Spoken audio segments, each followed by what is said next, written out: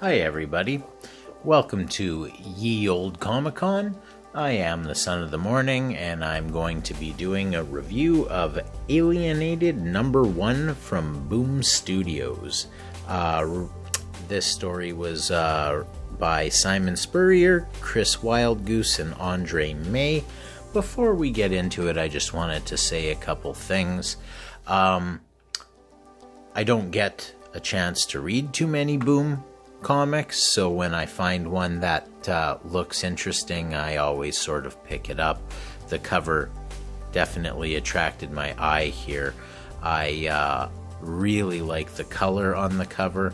I really like the background with the trees and the contrast of what appears to be like a setting sun in the background. This alien guy emitting the blue light over everything. I think it looks really, really good. So I like that. I just wanted to talk about that before we got into anything. Like I said, Boom Studios isn't a publisher that I read too many books from. So when I read one that I like, I'm very excited to share it with you, because really they don't release a whole lot of stuff to begin with. So we'll get into it here. Now, one of the things that I noticed right away is that the high school that, or I should say, this book is about 3 Sams. All 3 of these people are named Sam. The Sams go to a high school that is modeled on 1800s Prussia.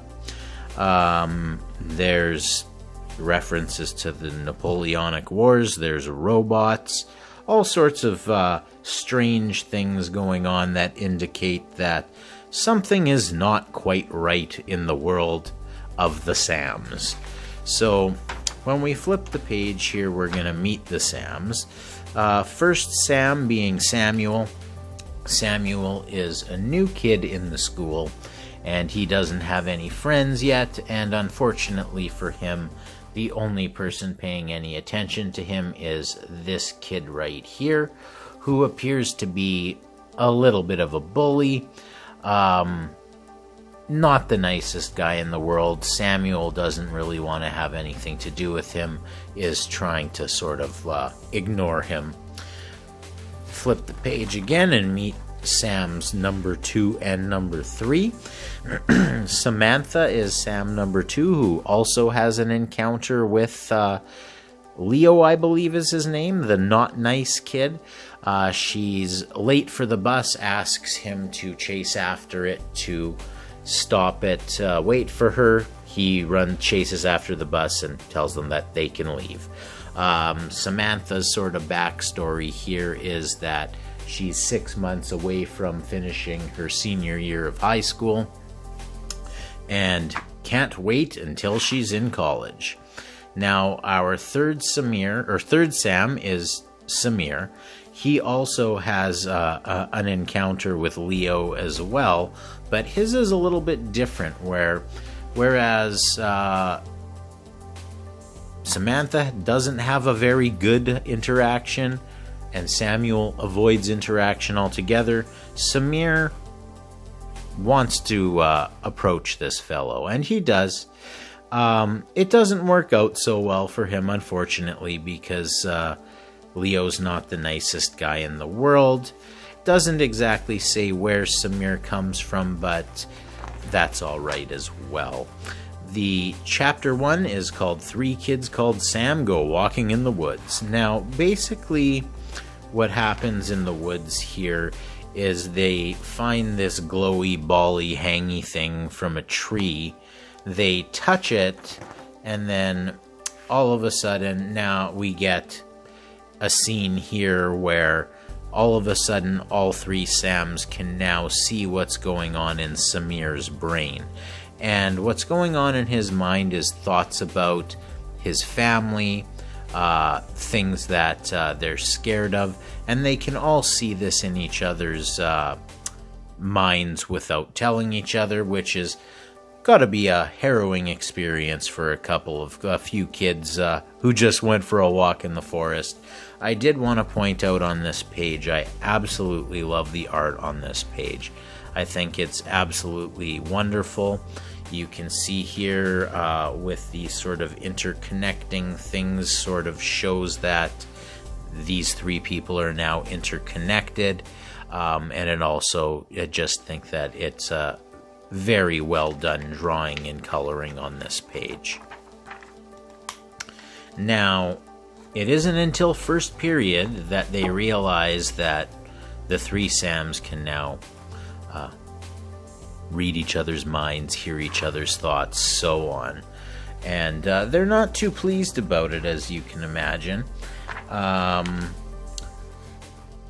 At lunch, Samir approaches Leo and he tells him about this thing that's happened to them in the forest. Doesn't seem like the smartest idea, but I guess he's just trying to be a nice guy. Doesn't work out so well. Eventually, school does end and they decide they need to go back to the forest to figure out what's going on with them.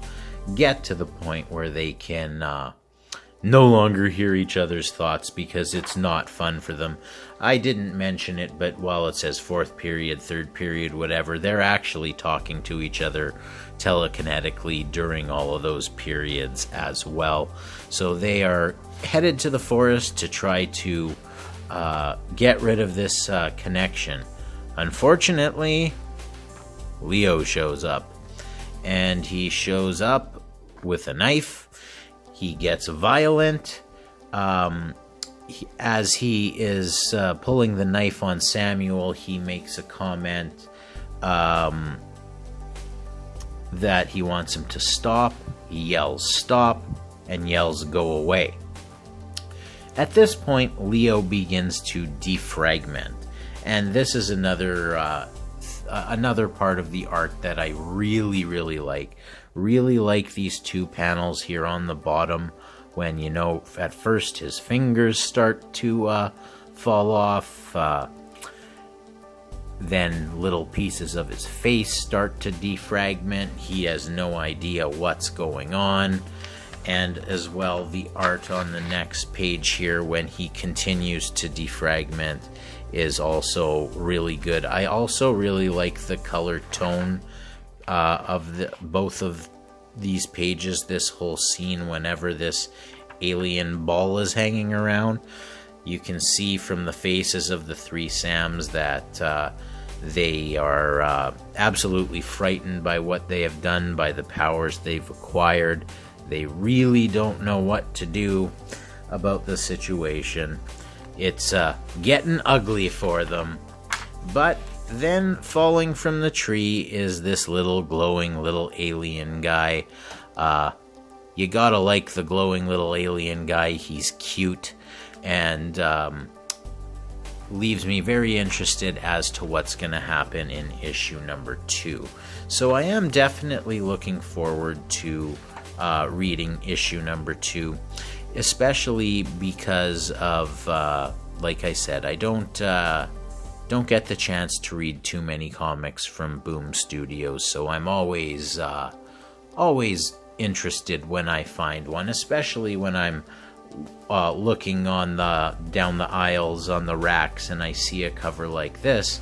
It just sticks out to me. Now, I don't know if they're trying to capitalize on the Stranger Things fad that's been going on. If they are, fantastic, more power to you. Absolutely nothing wrong with that. I do really like that. I like the story. I like where they're going. I'm intrigued to see what happens next. I'm interested to see if Leo's actually dead. That sort of thing. Overall, a really good book. I did find that there was some unnecessary dialogue that could have been left out or could have been used in a more subversive way. I think it would have helped things a little more. Of course, I'm not going to point anything specific out because I'm not out to bash anyone, and I really did like this comic, so I don't want anybody to think that because I found a couple of bubbles of dialogue a little strange that I didn't like the book. I highly recommend this. I think that if you see it on the shelves, you should pick it up. Definitely going to be reading number 2, and we'll review that for you when we get there. So thank you for joining me today. Please like the video, subscribe to the channel, and we will see you at the next video.